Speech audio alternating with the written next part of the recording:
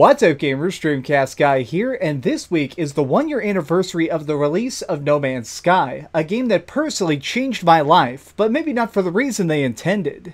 Now, let's go back to August of last year. The game was about to come out, I was extremely excited and I wanted to review it, but the details were extremely vague. I didn't really know what you would do or how you'd even play it. There was almost no gameplay, nobody was really even talking about it except for the fans who were hyped. So I dug around and I managed to find a couple interviews by Sean Murray where he was promising that it was a game you could play forever and that if you flew far enough and fast enough you could actually run into your friends. All of this turned out to be absolute lies. Very famous lies now that have been chronicled and charted. People have really dug through every statement that Sean Murray gave and found out just exactly where the lies ended and the game began. Since that time, the project has been updated a giant degree. They've come out with some humongous patches that made base building possible and all sorts of new ships and stuff, so from what I've heard, the game is substantially different and better than it was. But before it came out, I wanted to review it. That's all that mattered to me. So I tried to reach out to the company and they specifically said, we're not giving out any review copies, which left me with a bit of a problem. There was now a game that I wanted to talk about, but nobody knew anything. I wanted to review it, but they weren't handing out any copies. So what do? Well, I suddenly managed to get a contact. It was a guy who worked at a random Walmart in I think Minnesota or Michigan, and he said they had copies early and he was willing to mail me one. Well, being a small reviewer, this was a massive opportunity. Of course I'd pick it up.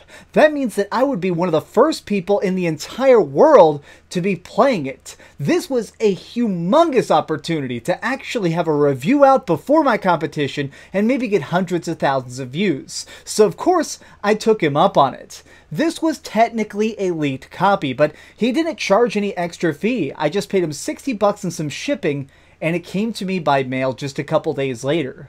I was so excited, I actually took a picture of me holding a copy of the game. This photograph is before I even put it in my PlayStation 4. I unwrapped it, and I was so shocked that I actually had one of the most anticipated games of 2016 in my hands that I just wanted to treasure that moment. As soon as I started playing it though, it was a little bit confusing. The game doesn't explain stuff very well, and I was a bit lost.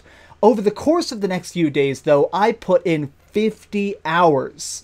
I was so dedicated to getting this video out before anybody else, I actually had to skip QuakeCon. Several of my friends were going to this local big gaming convention, but I had to pass because I wanted to get this video done on time. But you know, it was one of those games that you're playing it and you're okay with it, but you're never truly wowed. Overall, though, I thought it was good. So I ended up cutting together my full review, having all my thoughts out, and it was ready on day one. I released my video and it ended up getting like 100,000 views in a day. A staggering amount of traffic for how small my channel was. I think I was at like 27,000 or maybe even 30,000 subscribers at the time. So this was getting me a lot of attention. But I noticed that I was getting tons and tons and tons of negative comments. All of them calling me a liar, saying I couldn't have played it yet. And that's when I discovered something.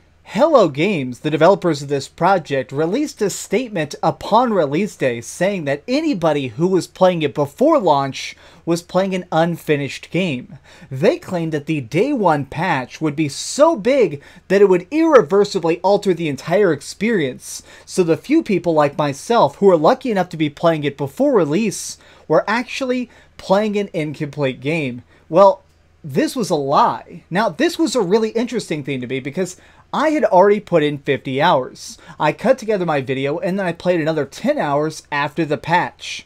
It was identical. This was the same game. It's not like this big patch came out and all of a sudden it was Arkham Asylum. It was still No Man's Sky.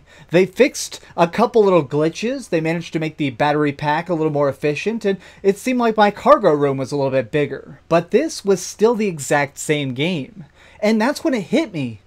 Hello Games released this statement knowing it was untrue. They wanted to try and get rid of all the bad press around their game and have a couple more days of sales before actual reviewers would start getting their copies and getting videos out later in the week.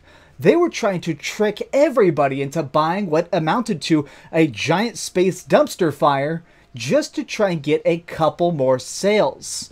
This was mind-blowing to me because it felt like for the first time ever in my life, a game company was lying to me about me.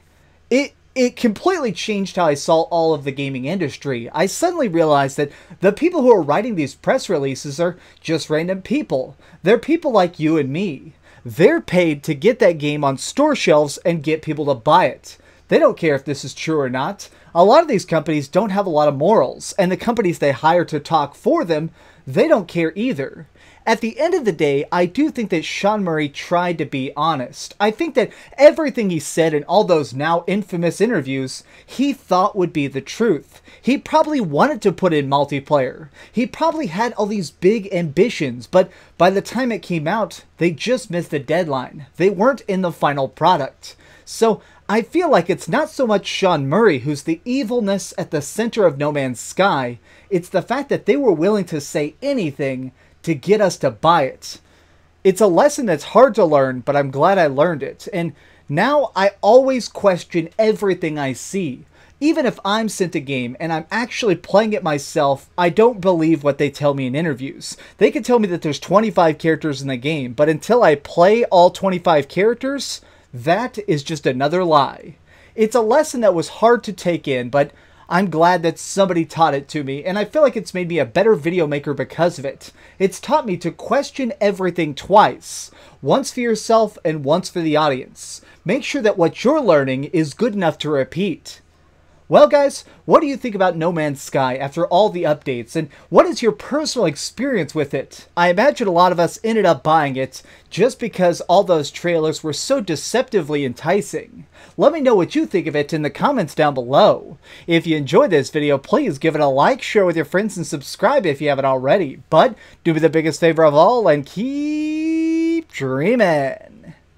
You know what's kind of interesting? Tons and tons of people actually still play No Man's Sky to this day. I went over to their subreddit and people are actually getting No Man's Sky tattoos. You know, I actually kind of respect that. You guys turned a mediocre game into a truly revolutionary experience because of your dedication, something that I don't think the developers ever had. Oh, hey! I was just playing a little bit of Grand Theft Auto on my Darth Vader PSP.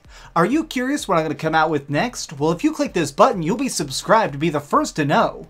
Also, if you click over here and here, you can see my latest review and my latest top 10. I promise, it was super good. Or it was really bad and I'm sure you can just make fun of me in the comments. Either way, it'll be a lot of fun. Thanks so much for watching.